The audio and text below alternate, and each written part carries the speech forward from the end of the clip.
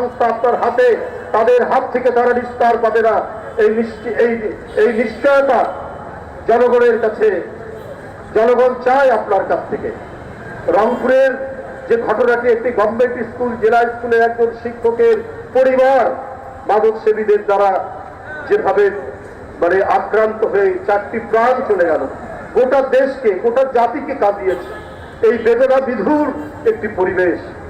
আল্লাহর কাছে অশেষ শুকর গুজার করি, আমরা আল্লাহকে ধন্যবাদ জানাই যে সরকার এবং আইন শৃঙ্খলা বাহিনী দ্রুততার সাথে সেই অপরাধীকে ধরতে সক্ষম হয়েছে। না হলে জাতীয় আন্তর্জাতিক ভাবে এই ঘটনাকে কেন্দ্র করে অনেক ধরনের কথাবার্তা শুনতে করছে, কিন্তু এইটি সক্ষম হয়েছে।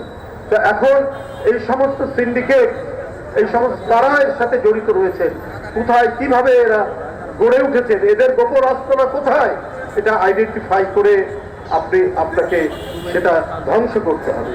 মানুষ চায় অন্য কিছু চায় না, মানুষ শুধু খেয়ে পড়ে শান্তিতে বসবাস করতে চায়।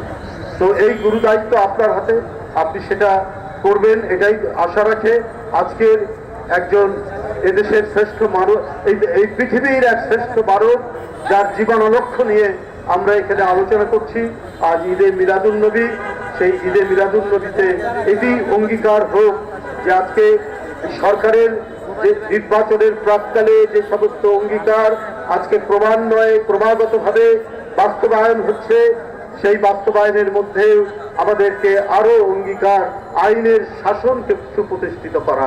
আর আইনের শাসন সুপ্রতিষ্ঠিত মানে সেখানে কে ক্ষমতাশালী, কার হাতে বেশি ক্ষমতা, কার হাতে কম ক্ষমতা সেটি নয়।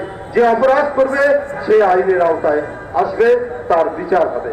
আমরা আজকের যে উদ্দেশ্য নিয়ে গোটা মানব জাতির কাছে আল্লাহ তার প্রিয় নবীকে প্রেরণ করেছিলেন যে গোটা পৃথিবী এইরকম শান্তিময় হয়ে উঠবে, আমরা সেই অঙ্গীকারও রক্ষা করতে হবে আজকে তারেক রহমানের সরকারকে।